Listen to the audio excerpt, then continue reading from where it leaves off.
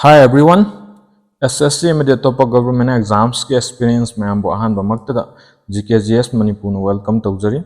Ngasisu GKGS Manipur experience singi damakta yamna interesting oiba adumba topic ama the video class ama puduna laksari. Haiba topic adudi koi subject verb agreement haiba topic asini. Haiba subject verb agreement haiba topic asi koi error detection ki area, clause test ki area, fill in the blanks ki area and improvement of the sentence ki area da adum important oiragduba adumba topic amni ko aduna ngasi GKGS Manipur na koi previous year da hangraba question sings and atopa important question sings the explanation amasung concept ko pura kanda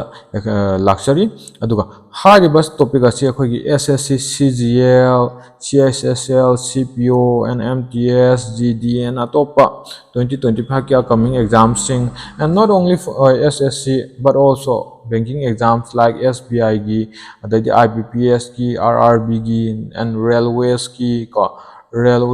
adugi English ki area sida yamna important oiraba dumba topic amane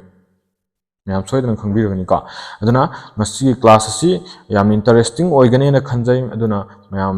Masih class दगी कानाबा लौमिननबगी दंगता class असि लोइजुफु येंगबियु हाने निंगसिंगजरि मसी हारा कांदा मसी क्लास हौजिलसि मसी क्लास इहान हानबा क्वेश्चन दुगा निंगसिंगजबा अमना ngasi class se ai ma'am question सिंगजे mostly error detection की question ngakto oina puduna laksai ka atopa improvement of the sentence the fill in the blanks question hi da hapsa raktre dui tags ma'am khangminnarasi gi damokta concept kari no yam interesting oiba concept sing yauri ka Khangminnarasi du gi han question je the introduction of the job oriented course in the self financing college attract many students no error La liba jaga se kadai wai jaga da no B gi jaga da lanbra A gi jaga da lanbra C gi jaga da lanbra D gi jaga da lanbra ina option mari su pire ka so yeng ase du ta ga de koina khange that is edoba hida akoi gi subject ama ure that is akoi gi O5 preposition ma'am subject से preposition की ममांग दा लाइगे तो बनी का preposition नि op से की ममांग दा लाइगे द introduction हाइबा पोचे चीज़ subject ने का subject ni haiba subject se kaino singular form da laibane ka singular da lai aduga sigi op sigi verb se kari no haina hangta attract haiba se op sigi verb ne yam soidran khangbirani ka the introduction of the job oriented courses in the self financing colleges attract many students attract to se kari na attract no sigi ke dawa introduction to ko sina ne aduna attract se ke dawa sigi introduction sigi akhoi gi भाव ने का सिदा पीरिबा भाव से का इदा पीरिबा भाव से कई दो करी की फॉर्म द पीरा प्लूरल फॉर्म ने या सदा खंबिरानी का बट अखोगी सब्जेक्ट भाव एग्रीमेंट करी हारी सब्जेक्ट टू सिंगुलर ओइ तारगदि if the subject is singular ओइ तारगदि के दोबा भाव सु कई दोबा सिंगुलर ओइ गदोबने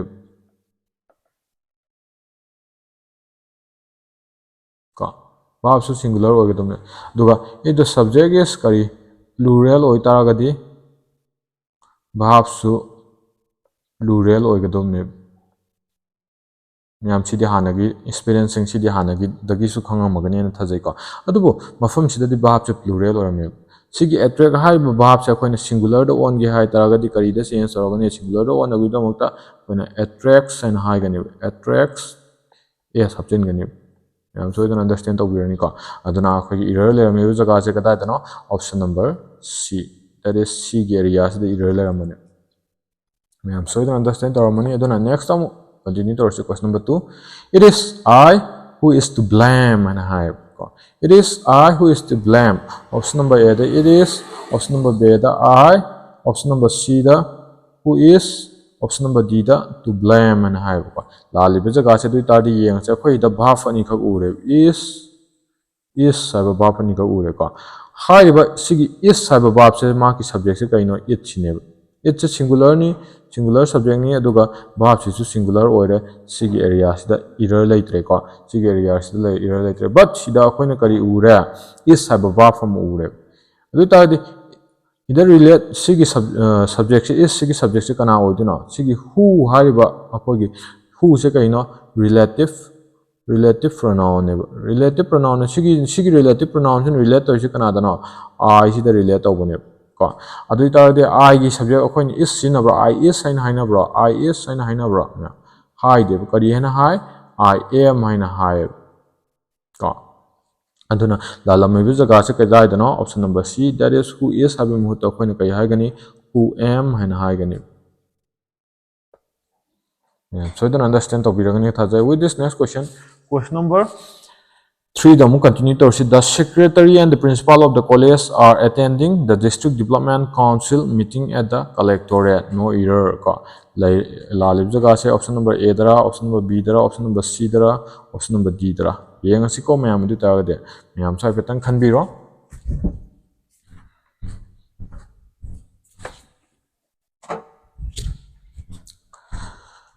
adui taragadi Khangminnarasi akoina aina ngasai kari hijackra subject che kari neba preposition gi mamang da laiba che subject oigani na haiba ko adui taragadi the subject was the principal and the secretary sineba the secretary and the principal se akoi gi subject neba ko matang sida to haiba subject gi bhab se kari no r sineba yam so den sing birin ka r sineba adubo akoina khanga do hida the secretary the principal se tongan tongan ba now ne tongan ba entity ne aduna 1 ma'am lower se 1 plus 1 di kya tare 1 plus 1 se tingchina di akoi kya tare 2 tare 2 di kaino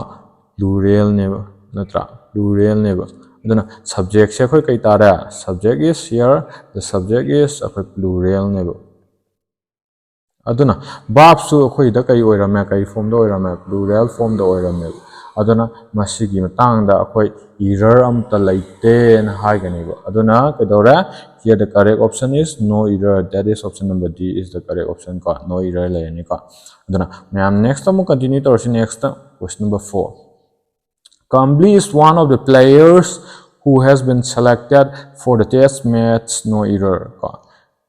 Kamli is haiba akhoi verb from ure ma'am no nising one of the players who has haiba verb from ure with helping verb ma ka adu taragadi is in refer to is kana da no sigi Kamli sidane Kamli sidi kaino subject ne ba kamba subject singular subject ne ba aduna singular subject ki matung in singular verb la ba ko here masi area se jaga players like tre duga koina 105 am thingare 1 ki matung da ko gi players plural form la si correct ore ko aduga hida koina who have a relative pronoun am thingare ko relative pronoun ne hariba relative pronoun in relate to is kana da na masi gi antecedents that is antecedent kari player sidane who is in relate to is aduga sigi player sigi matung ina sigi antecedent player sigi matung ina who gi matung manthang da lai ba verb has se lakti ne adu ta player sidi kaina koi player sidi plural ne ka plural ne aduna has sidi kaina koi has sidi singular ne but she who is in relate to iba koi gi subject that is player se kaino subject se ta sengode khoi who ni who se kari subject oi ba da bani na ko relative pronoun oi ni ma relate to se kana da the players aduna players se khoi subject one consider to bani ko adun yenga se du tar de plural oi the players tar de khoi gi verb se plural oi ba thau tai ko verb se plural oi on thoke hai ta de khoi na kari hai na hai ne who have and hiro draw ko hai ni aduna akhoi lalamiba grammatical error lermi jaga se kada dano B area dani that is option number A is the correct option here ka akhoi option number A is the correct option orani next time continue to see next yenga chika the 1/4 of the buildings were repaired ka adu tadi lalamiba jaga se 1/4 ki jaga se lanbra or the building area se lanbra were repaired ki area se lanbra or amata landabra no error haina akhoi option mari pire hida ka option mari pire adu ta de akhoi khangi preposition aina sana hai preposition gi mamang da le subject ne ka chigi haiba 1/4 of the subject have ja akhoi number se not fixed ka number is not fixed ka gyan ta de ba ko ado haida uncountable akhoi oye ba ko saruk mari thopagi amma haina hai ko sibo akhoi countable oibra aduga the p riba sigi subject sigi verb sina where ne where se akhoi khange plural form of the verb ne ma'am सोदन understand तौबिरमनि का ma'am सोदन understand तौरे plural form of the verb ने अदुबो number से not fix ओइबनिना मसी 1/4 सिना अखोय रिलेट तौरिसे कनादनो मा किसी की बिल्डिंग जिने यंग अनि बदु तारि माक ने रिलेट तौरिसे कनादनो हासे बिल्डिंग से तो तारि हिदा लाइरिबा बिल्डिंग से सिंगुलर और प्लूरल लो मा किसी की बिल्डिंग से अखोय सिंगुलर ने नंबर से नॉट फिक्स ओइबनिना सिगी सिंगुलर ओइरिबा नाउन से सिगी मतुंग इना भाव से सत्कनी अदु तादि भाव से वेयर नि अदु तादि करी ओइरा अखोय सिगी से वेयर से प्लूरल ने सिंगुलर तो ओला क्या है तागदि वास द चेंज तौरनि मैम सो दन अंडरस्टैंड तौबिरनि का अदन मरम ओरा कांदा लालमी बि जगह से option number C were repair हाइबगी महत्ता अखोयना करी हारनि was repaired and hired ma'am understand तौरगनि ने खंजय का सिगी वास नि अखोयना लालमी बि का अदु तारि नेक्स्ट मैम हेन अंडरस्टैंड तौनबगी दमक सम मानब क्वेश्चन अमदा आइना खितंग लैरा कांदा अमु पुजरे दैट इज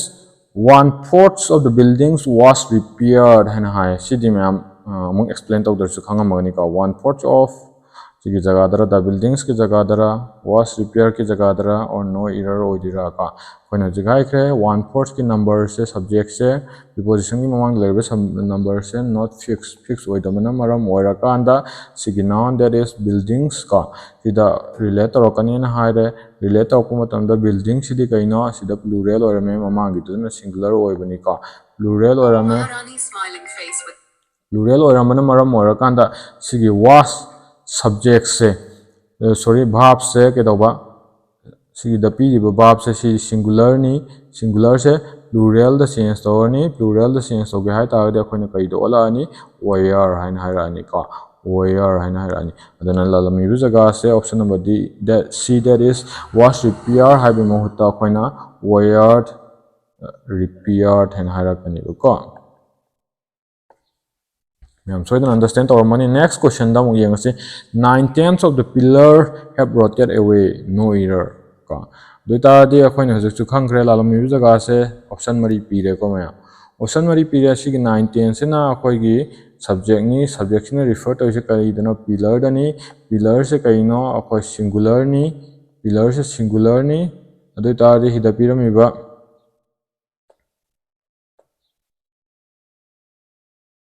सिंगुलर नि अदुगा इदा पिरमिबा हेप सिदि भाव सिदि कइनो प्लूरल नि का प्लूरल नि सिगी प्लूरल से अखोय सिंगुलर द चेंज तौगे हाय तारगदि करि द ओलनि सिंगुलर द चेंज तौनबगी दमक हेस द ओलनि का दुना एरर लेरमिबा एरिया से that is option number C C गे एरिया से एरर लेरमनि का मैम सोदन अंडरस्टैंड तौरमगनि क्वेश्चन नंबर 7 फावबा का नेक्स्ट अमु यंगसि यामना फजबा कंसेप्ट अम लाएगा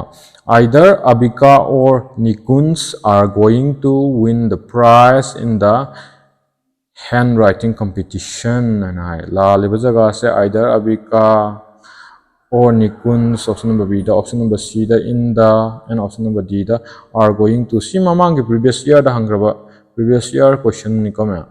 previous year the hangraba question ni अदु इतादि अखोइना सिगी कॉन्सेप्ट से मैम आई अबतंग हाइजरके नोट तौसिनबरा और मैम की mind remember तौबरा निंगसिंगबरा अबतंग निंगसिंगबिरोका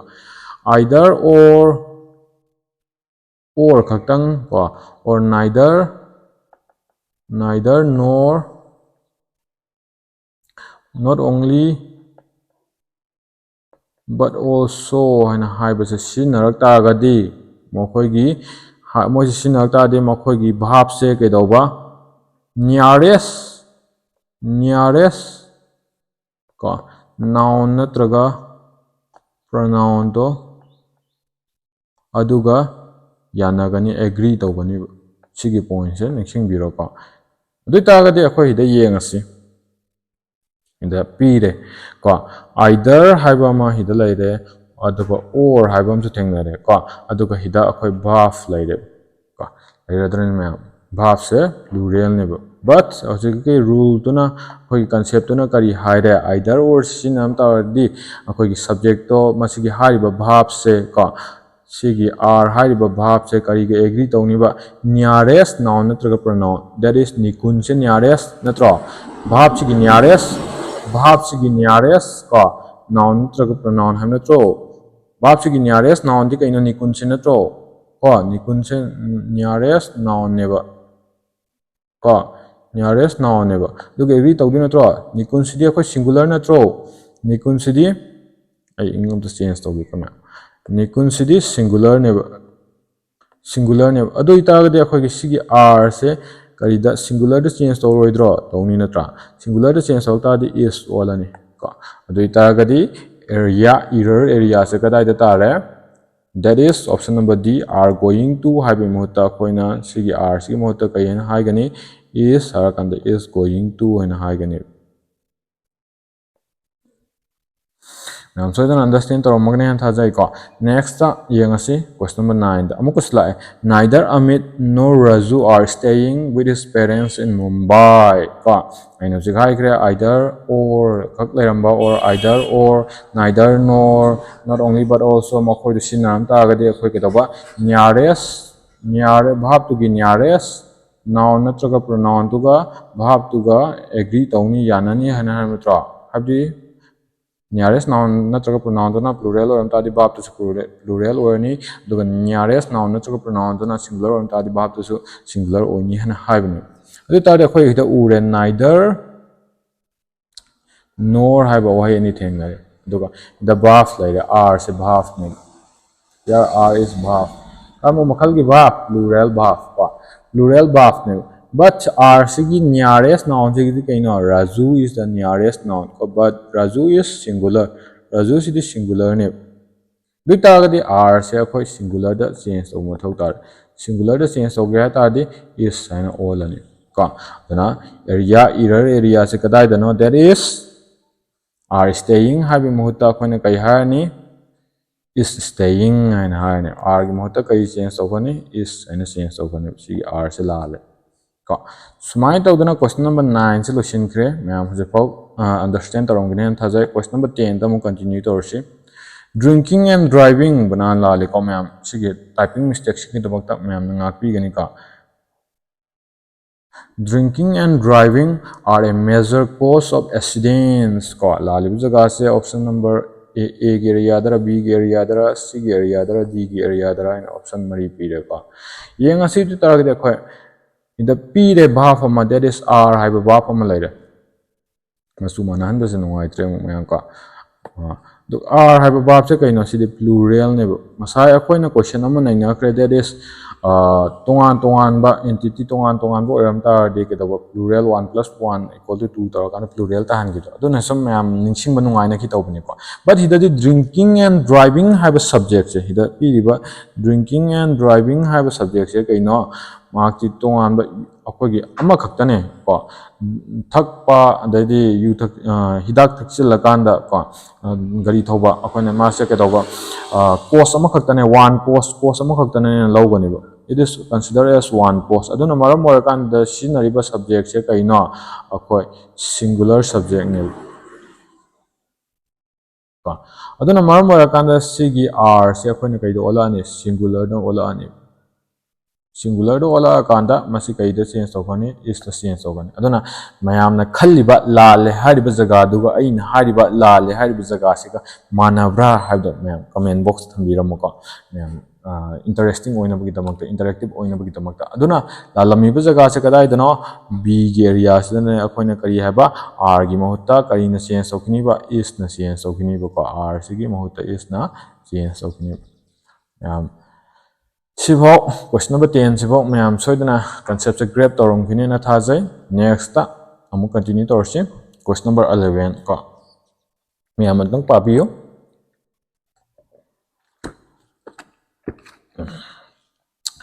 many a man have realized that real happiness lies in making sacrifice no error haina akhi pire koi ura that is subject se kaino many a man sine sigi subject sigi verb se kaino have sine ko koi jikti subject and verb se kakta focus to kisi ko ma alo yeng asi du ta de khoina khang du ta de many a man haibo wai se many a man haibo wai se kaiba many men haiba ga manai ba ko many men haiba ko manai but many men harak pasida mayam so jang khangbirang khalangani that is akhoi gi pi riba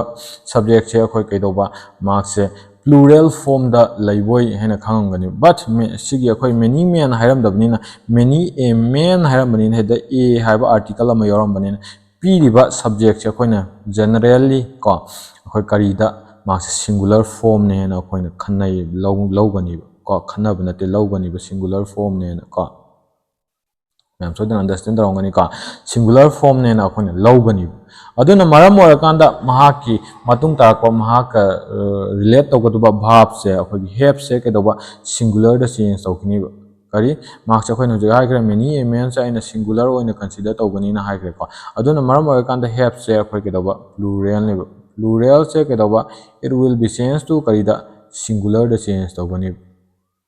दो singular द change तौगे हातादी हेप से केदोबा हेस है ऑन की नत्रा हेस है ऑन की सिसु मैम कंसेप्ट से ग्रेप तौरमने थाजे इरर लेरम जगह से बी की जगह लेरमनी that is option number A को बी की जगह लेरम को नेक्स्ट क्वेश्चन नंबर 12 तमु कंसीडर तौरसी कंटिन्यू तौरसी क्वेश्चन नंबर 12 तो करी हाई हैव द मैम पामिनरसी को my cousin cannot understand why his teacher says that the earth move round the sun का कोई सेस हाइबा बाफ अमा उरे का अदुगा हिदा अखोइगे आर्ट हाइबा बाफ अमा सॉरी आर्ट हाइबा अखोइगे सब्जेक्ट अमा उरे अदुगा हिदा मूव हाइबा बाफ अमा उरे का अदुगा हाइबा सेस सिगी अखोइगे सब्जेक्ट दि कइनो हिज टीचर से ओइदिने सिंगुलर ने का अदुगा माय कजिन अंडरस्टैंड तो बंगम दे महा की ओजाना हाइबदो आइना हाइबने सेस की सिंगुलर अदुगा सॉरी सिगी सेस हाइबा भाव से सिंगुलर नि अदुगा सब्जेक्ट सिसु सिंगुलर ने अदुगा सिगी एरिया सिद फोक्तदि इरर लेट्रे सिगी एरिया सि फोक्तदि इरर लेट्रे अदुदा कोइ हिदा द आर्ट हाइबा अखोइगी सब्जेक्ट अमा उबो फंगनि का द आर्ट की केदोबा अखोइगी भाव से करिनो मूव हाइबा भाव सिने हाइबा मूव हाइबा भाव से अखोइगी प्लूरल फॉर्म ऑफ द भाव ने का अदु तागदि मयाम द आर्ट सिदि कइनो सिंगुलर नत्रो सिंगुलर ने दु तादे सिगी plural form of the verb से अखोय करीदा चेंज तौबो मथौ ताय सिंगुलर द चेंज तौबो मथौ ताय सिंगुलर द चेंज तौगे हाय तागदे अखोय खंगरे दैट इज वर्ब अमा सिंगुलर द चेंज तौनबगी दमकता सुम वर्ब अमा करीदा अखोयगे ई नत्रगा ई एस हापचिनगनी ना हायबदो मयाम को सिगी रूल सिजु कौबिगनो का वर्ब अमा प्लूरल फॉर्म द लेरम वर्ब अमा सिंगुलर द चेंज तौनबगी दमकता ई नत्रगा ई एस हापचिनगनी का अदुइ तागदि अखोय हिदा हाप तो इससे मूव किदी मूव्स साइन हायरा अने सिंगुलर द ओन अबगी दमकता का मूव्स साइन हायने का सो अदुना मरम ओरकांद ललमी जगह से option number A my cousin can not understand सिगी जगह दरा नो नते says that the art move सिगी जगह से दरा यस मानी दैट इज मूव्स से अखोय ने कई द चेंज तने मूव्स तो चेंज तने का सिभाव मैम कंसेप्ट से ग्रेप तौरम खने थाजे विद दिस क्वेश्चन नंबर 13 दम continue तौरसे Orwell is one of those authors who do their best to not irritate the readers का कोइन उरे दैट इज Orwell हाइबा सब्जेक्ट अमा हिदा कोइन थेंगनरे का Orwell हाइबा सब्जेक्ट अमा अदुगा is हाइबा कोइ भाव अमा and one of those author one of matung da khoi plural form of the noun natraga pronoun la kani na haibani ka plural form of the noun natraga pronoun ka mayam so dan khang gani ka si plural ni aduga ida do haiba ma thengnare verb am helping verb am ka do their best abo aduga sigi who haiba relative pronoun ka ama laire सिगी हु सिना relate तो सिकना दनो हाब सि Young द्रिंगाइदा होगी कदाइदा इस सिगी के दबो सिगी हाइबा बाप से सब्जेक्ट से कइनो Orwell हाइबा सब्जेक्ट सिंगुलर ने सिगी एरिया से बोक्ता अरान ब लैत्रे को दो सिगी एरिया से बोक्ता अरान ब लैत्रे देखो हु हाइना रिलेट तो रिबसे कना दनो हु ने रिलेट तो से दोस ऑथर्स दिक लैनो plural form of the verb अदुगा इन द पी रिबा मसिगी the plural form of the noun ne ba ko plural form of the verb pe mark tangang with soi ki out as man nga pi gani ka do hida pi ba do hai ba akhoi verb se kai no si se plural ni change song ngai ma thau ta dre ko hide plural subject ka hida pi ba subject se ga hida pi ba verb se ga agree tawre ba subject ka verb ke agree tawre aduna maram ora kanda masige jaga sida masigi sentence sida no error amata laite. That is option number D is the correct option here ko. Error amata laite. Aduna question number 13 sisu mayam understand taramgane thajai. Question number 14 da mo continue torsi. Question number 14 da police reports claim that substantial seizure of cocaine have been met in the last 2 months. In the last 2 months, I was the adva mark matam takpani ko or no error ko. Error amata laita brahin option number A, B, C, D. Option mari im sa pila ko. Adu tadi yang minarsi police ki report saiba subject am lai ko. Si police subject nate ko reports ni police ki reports mayam ama aduna claim have a verb se koi plural form ne claim have a verb lai si ki verb se plural form of the verb ne duga subject si su plural ne subject se plural ne aduna si phokta error am to laitre subject ka verb ka se agree yanare agree tawre ka duga matung tarakpa yang si ko sida preposition ama ko ne ubo fangi that is of have preposition ama ubo fangi duga of ki mamang da lairiba ko seizure ko substantial seizure have je makha tarak ko subject ne karam ba ki subject na have fiber verb se ki subject ne ko have se di kai na ko karam ba verb na verb plural form of the verb ne ko adu ba hida pi riba substantial seizure si de ko ma se uncountable or no maram or kanda ko ne kari ne consider to ne subject se singular subject ne singular ne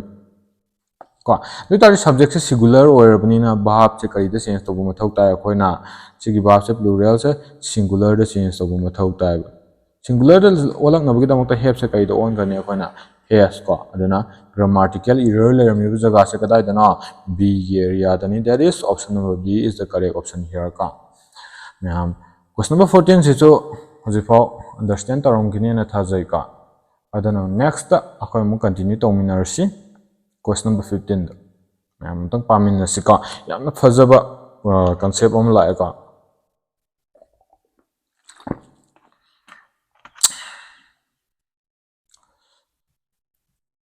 organizing World Cup matches in England imply that rains can be a constant threat. Error a constant threat area dara or in England imply have areas dara or that rains can be have dara or organizing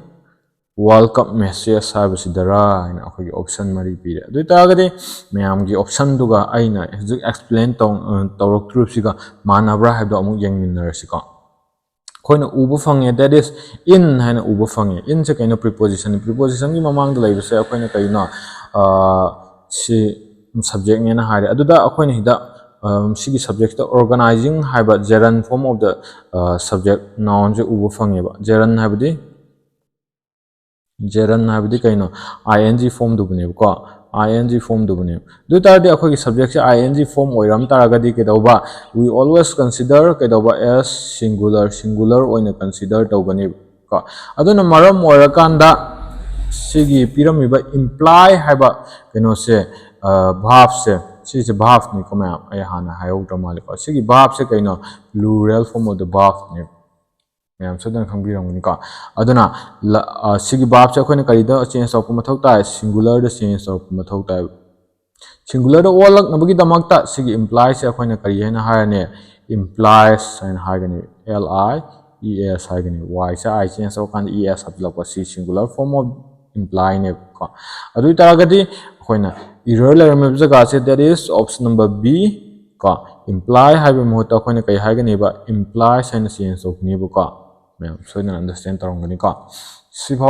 akhoi laire next question number 16 da muk continue torsi yamna fajuba concept among slide ko experience singi damakta toina previous year da hangba sigi question maksi jo aina previous year question da hangkiba previous year question naina ba still now sing yaw ta ga de soidana sigi question da thengnaramani ka aina previous year da lawkhalapani ko SSC ge ruta ga de yengasi is of the picture have been signed by the football star and high call la lib jaga se option number A have been option number B each of and option number C the picture and option number D signed by and high call and we try the yeng ase ai concept to explain to jara ke koi each ka most ka ba wahi ji thengnak ta de ma ki ke do ba verb to always kai oigani ba singular oigado bane hana hai ba concept se masigi concepts ni ko sigi matang se da khoina naina drip se yeng ase khoina thengnare that is preposition gi mamang da lairiba it sab amamam it sab de khoi manipuri da maitai lon da hai ta amamam khak hai ba natro dona is ka do hida verb have habun thengnare ka doi ta ga de is si de khoina je consider kari ni consider to gane hai ga singular oin consider to gane doi ta de mark matung da follow to ko verb si jo khoina kari oin consider to ni hai ga je concept na singular ne singular oin consider to gane aduga the pyramid verb si de kaina plural form of the verb ne plural form of the verb ne but singular to all ng bidang ta kari de change to ni has to change to ka dana lalami option set that is option number A that is have been have ja koina kai ha ni has to change to ni ka has been ha mayam ne khalami option duga ai ne khaliba ai ne explain to jari option ji manabra manarangani ne su thajai ka ha bi nga side gi explain to la apni na next question da mu continue to si yam na phajaba mu lai ko concept ma the number of visitors at the fair were much larger than expected and high ko question sina higher se so previous year gi question amni previous year da hangraba question amni mayam soidana hoi gi previous year na ina bi sinu now sing soidana thengrangani ko experiencing the number of the areas the land option number B the than expected option number C the visitors at the fair and option number D the were much larger and high so Khangminnarasi du ta de mayam su ngakang second amani lower kanda option ji dai aran ba jaga se kadai dono have the sus to bi pa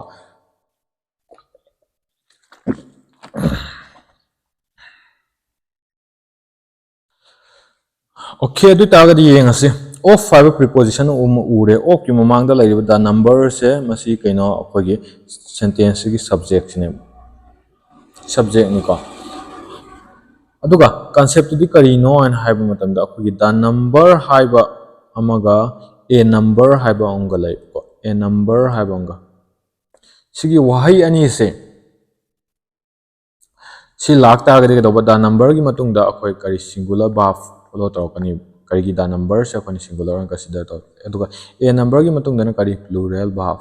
plural consider to kani ka aduna maram oira kan da number haina harak pani na hida pi ba akhoi wire haiba verb se kari sigi plural form se si plural form of verb ne adu kari du change to rani koi singular da change to rani ba that is was haina all ani ka was haina all ani aduna lalami ba jaga se that is option number D wire much larger habi mohta koina wire sigi mohta kaina change to kane was haina change to kane so question number 18 da mu continue to see ko question number 18 da ngasai it's and most ka haina haibo adugi concept tuga siga ulta ni ko ma'am yang asi ta di many of China's exports has been redirected to the domestic market in view of more consumption driven economy na si so ma'am previous year question ni previous year da hangar question ni ko yam fazaba concept ni hai tar do ta ga di yang asi has been redirected option number A da option number B da many of China's exports option number C the in view of more consumption driven economy option number D the to the domestic markets and high ka option mari p de ado akoina lalami ba area se akoina hida provide to dini ko hida akoina explain to jara age du ta ga di mayam gi option du ai ga mana brong yeng si ka hida of ki mamang da many haba koi subject uma ure that is mayam ama koi manipuri da ta di mayam ama haina haibni mayam ama aduna maram oira kanda koi hida p riba has ko has se kaino many gi matung da de khoi koina khanga do se plural form of the verb consider to kani ka mayam du ta de hida many gi matung da kai la khoi has singular ka singular la singular se kai da change to kani bo je da plural da change to kani plural da change to ga ta de have and haro draw hai gani ka adana maram ora kan da khoi gi la lami be area se that is option number A has been redirected habi mohta khone kai na hai gani ba have been redirected haina hai gani yam sigi bhok subject verb agreement ki khogi maru oiba phaja phaja concept mayam ama hoji bhok explain to gore ꯍꯧꯖꯤꯛꯐꯥꯎ understand ꯇꯧꯔꯝꯒꯅꯤ ꯊꯥꯖꯩ ꯀꯣ ꯑꯗꯨꯒ ꯂꯣꯏꯅꯅ question number 18 ꯁꯤꯒ ꯂꯣꯏꯅꯅ ꯉꯁꯤꯒꯤ ꯑꯩꯈꯣꯏꯒꯤ ꯀ꯭ꯂꯥꯁ ꯁꯕꯖꯦꯛ ꯚꯥꯔꯕ ꯑꯦꯒ꯭ꯔꯤꯃꯦꯟꯒꯤ ꯀ꯭ꯂꯥꯁꯁꯦ ꯑꯩꯈꯣꯏ ꯃꯇꯥꯡꯁꯤꯗ ꯂꯣꯏꯁꯤꯟꯖꯔꯦ ꯑꯗꯨꯒ ꯃꯌꯥꯝꯅ PDF ꯄꯥꯝꯕꯤꯕ ꯑꯗꯨꯒ ꯑꯇꯣꯞꯄ ꯏꯝꯄꯣꯔꯇꯦꯟ ꯑꯞꯗꯦꯠꯁ ꯀꯣ ꯑꯗꯩꯗꯤ ꯗꯦꯂꯤ ꯀ꯭ꯋꯤꯖꯦꯁ ꯀꯣ ꯁꯤꯒꯤꯗꯃꯛꯇ ꯑꯩꯒꯤ ꯇꯦꯂꯤꯒ꯭ꯔꯥꯝ ꯆꯦꯅꯦꯜ ꯖꯣꯏꯟ ꯇꯧꯁꯤꯟꯕꯤꯔꯛꯑꯣ ꯀꯣ ꯃꯤꯗ ꯁ꯭ꯀꯦꯟ ꯇꯧꯔꯀꯥꯟꯗ ꯖꯣꯏꯟ ꯇꯧꯁꯤꯟꯕꯤꯔꯛꯑꯣ ꯑꯗꯨꯒ ꯑꯇꯣꯞꯄ ꯋꯥꯆꯞ ꯄꯥꯏꯕ ꯏꯆꯤꯜ ꯏꯅꯥꯎꯒꯤꯁꯤꯡꯒꯤꯗꯃꯛꯇꯁꯨ ꯑꯩꯈꯣꯏ ꯋꯥꯆꯞ ꯆꯦꯅꯦꯜ ꯋꯥꯆꯞ ꯒ꯭ꯔꯨꯞ ꯍꯥꯡꯗꯨꯅ ꯂꯩꯖꯔꯤ ꯑꯩ ꯗꯦꯁꯀ꯭ꯔꯤꯞꯁꯟꯗ ꯂꯤꯡꯛ ꯁꯣꯏꯗꯅ ꯍꯥꯞꯆꯔꯝꯒꯦ ꯑꯗꯨꯒ ꯇꯦꯂꯤꯒ꯭ꯔꯥꯝꯒꯤ ꯁ꯭ꯀꯦꯟ ꯇꯧꯕ ꯌꯥꯗꯕ ꯏꯆꯤꯜ ꯏꯅꯥꯎꯁꯤꯡꯁꯨ ꯑꯩ ꯗꯦꯁꯀ꯭ꯔꯤꯞꯁꯟꯗ ꯂꯤꯡꯛ ꯁꯣꯏꯗꯅ ꯍꯥꯞꯆꯔꯝꯒꯦ ꯖꯣꯏꯟ ꯇꯧꯁꯤꯟꯕꯤꯔꯨ ꯑꯗꯨꯒ ꯑꯩꯒꯤ ꯆꯦꯅꯦꯜ ꯑꯁꯤꯗꯒꯤ ꯃꯌꯥꯝꯅ ꯀꯥꯟꯅꯕ ꯈꯖꯤꯛꯇꯪ ꯑꯣꯏꯔꯁꯨ ꯐꯪꯉꯦꯅ ꯈꯟꯕꯤ ꯇꯥꯔꯒꯗꯤ ꯑꯇꯣꯞꯄ ꯑꯦꯛꯁꯄꯤꯔꯤꯌꯦꯟꯁꯁꯤꯡ ꯑꯇꯣꯞꯄ ꯚ꯭ꯌꯨꯋꯔꯁꯤꯡ ꯌꯧꯅꯕꯒꯤꯗꯃꯛꯇ ꯁꯤꯌꯥꯔ ꯇꯧꯕ ꯀꯧꯕꯤꯒꯅꯨ ꯍꯥꯏꯅꯁꯨ ꯅꯤꯡꯁꯤꯡꯖꯔꯤ ꯑꯗꯨꯒ ꯃꯃꯥꯡꯗꯁꯨ GKGS ꯃꯅꯤꯄꯨꯔꯅ ꯑꯇꯣꯞꯄ ꯏꯝꯄꯣꯔꯇꯦꯟ ꯇꯣꯄꯤꯛꯁꯇ ꯚꯤꯗꯤꯑꯣ ꯊꯥꯒꯠꯆꯈ꯭ꯔꯦ ꯍꯥꯏꯔꯤꯕ ꯚꯤꯗꯤꯑꯣꯁꯤꯡ ꯑꯗꯨ ꯌꯦꯡꯗ꯭ꯔꯤꯕ ꯏꯆꯤꯜ ꯏꯅꯥꯎꯁꯤꯡꯅ ꯑꯩ ꯗꯦꯁꯀ꯭ꯔꯤꯞꯁꯟꯗ ꯂꯤꯡꯛ ꯁꯣꯏꯗꯅ ꯍꯥꯞꯆꯔꯝꯒꯦ ꯑꯦꯛꯁꯄꯤꯔꯤꯌꯦꯟꯁꯁꯤꯡꯅ ꯑꯗꯨꯒꯤ ꯇꯣꯄꯤꯛ ꯋꯥꯏꯁ ꯑꯣꯏꯅ ꯆꯠꯊꯕ ꯑꯩꯈꯣꯏꯒꯤ ꯐꯥꯎꯟꯗꯦꯁꯟ ꯀ꯭ꯂꯥꯁ ꯑꯣꯏꯕꯅꯤꯅ ꯇꯣꯄꯤꯛ ꯋꯥꯏꯁ ꯇꯞꯅ ꯇꯧꯖꯕꯅꯤꯀꯣ ꯑꯩꯈꯣꯏ ꯔꯦꯄꯤꯠ ꯀ꯭ꯂꯥꯁꯁꯨ ꯁꯣꯏꯗꯅ ꯇꯧꯔꯛꯈꯤꯒꯅꯤꯀꯣ ꯃꯔꯝ ꯑꯗꯨꯅ GKGS ꯃꯅꯤꯄꯨꯔꯒꯤ ꯆꯦꯅꯦꯜ ꯑꯁꯤꯕꯨ ꯂꯥꯏꯛ ꯁꯤꯌꯥꯔ ꯑꯃꯁꯨꯡ ꯁꯕꯁꯀ꯭ꯔꯥꯏꯕ ꯇꯧꯗꯨꯅ ꯁꯄꯣꯔꯠ ꯇꯧꯕ ꯀꯧꯕꯤꯒꯅꯨ ꯍꯥꯏꯅ ꯅꯤꯡꯁꯤꯡꯖꯔꯀꯥꯟꯗ ꯃꯌꯥꯝꯕꯨ ꯊꯥꯒꯠꯄ ꯐꯣꯡꯗꯣꯛꯆꯔꯤ ꯊꯦꯡꯛ ꯌꯨ ꯃꯌꯥꯝ